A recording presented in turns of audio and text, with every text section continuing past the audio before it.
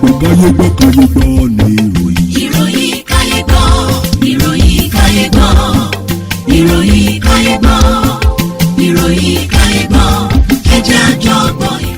ẹ pẹ́ àsìkò yìí ní gbogbo ibi tí ẹ ti ń gbọ́ mi ìròyìn káyé gbọ́ ni mo mú àṣìṣe gbọ́ yín láti kàn ní Jígí Alára. Orúkọ mi ni Olúwafúnmiláyọ̀ Adéṣewọ́. Ṣáájú ẹ̀gbọ́n kókó tó wà nínú ìròyìn yìí. Ènìyàn 6 pàdánù ẹ̀mí wọn níbi ìkọlù àwọn darandaran ní ìpínlẹ̀ Benue. Wọ́n dọ̀la àwọn 14 tí ẹnìkan pàdánù ẹ̀mí rẹ̀ níbi ìdojúbolẹ̀ ọkọ̀ ojú omi ní ìpínlẹ̀ Bayelsa.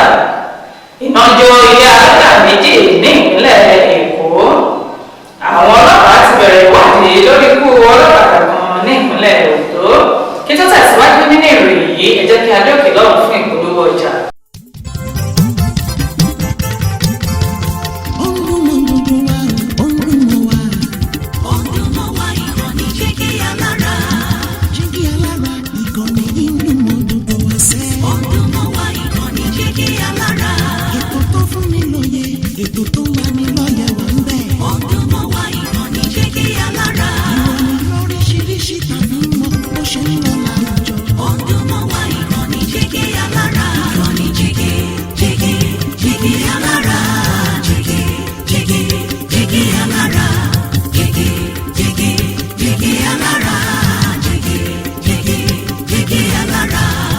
Ìkànnì Jígí Alára 16 bàbá gbogbo.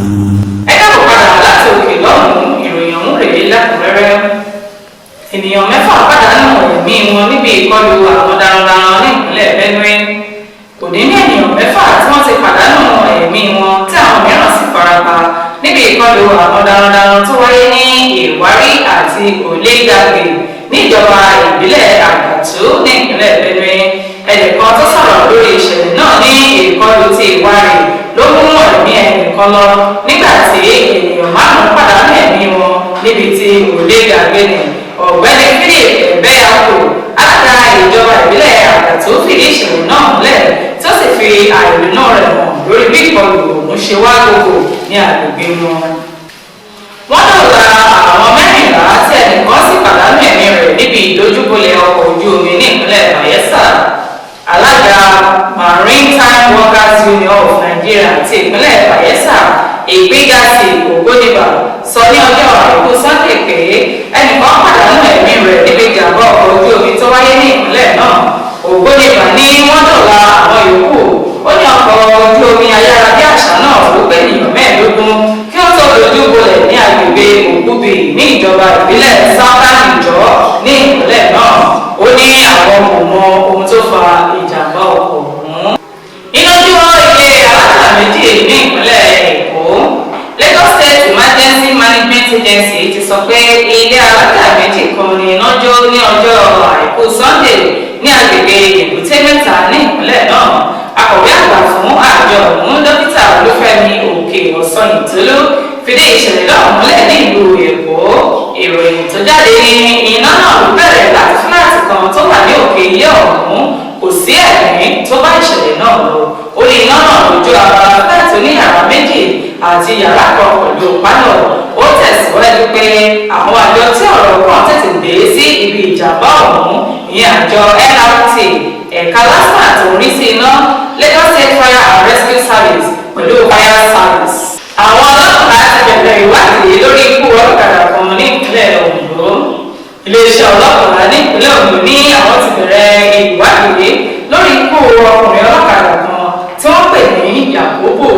Òkú ọkùnrin yìí ni wọ́n rí ní òpópónà Òkè-Àgbè Arigidi ní ojú ọ̀nà Àkókó ní ìjọba ìbílẹ̀ Àkókó North West ní ìpínlẹ̀ náà pẹ̀lú àpá àlá ní ara rẹ̀, èyí tó fi hàn pé wọ́n ṣàpàní. Ẹnìkan ní wọ́n gé ọrùn olóògbé náà tí wọ́n sì tún gbé ọ̀kadà rẹ̀ lọ. Alukoro fún iléeṣẹ́ ọlọ́pàá ní ìpínlẹ̀ ọ̀hún, arábìnrin Fúnmiláyọ̀ Ọdúnlámì fìdí ìṣẹ̀lẹ̀ náà múlẹ̀ tí ó sì ní ìwádìí ti bẹ̀rẹ̀ ní èyí tí àwọn yóò sa gbogbo agbára wọn láti mú àwọn aṣègbèdá ọ̀hún. Kó ní jùbọ́ ìlọ lórí ìròyìn káyé gbọ́ fún tuntun ní orúkọ mi lẹ́ẹ̀kan sí Olúwafúnmiláyọ̀ Adéṣewọ́ láti ìkànnì Jígí Alára. Káfíńrè ìpàdé o.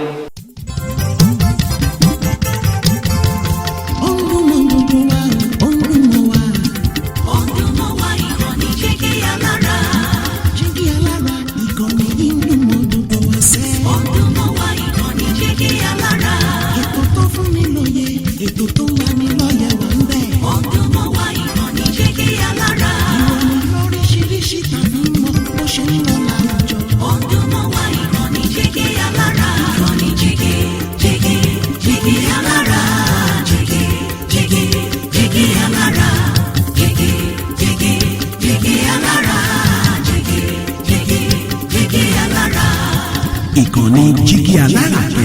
mẹ́rìnlélógún bàbá gbogbo.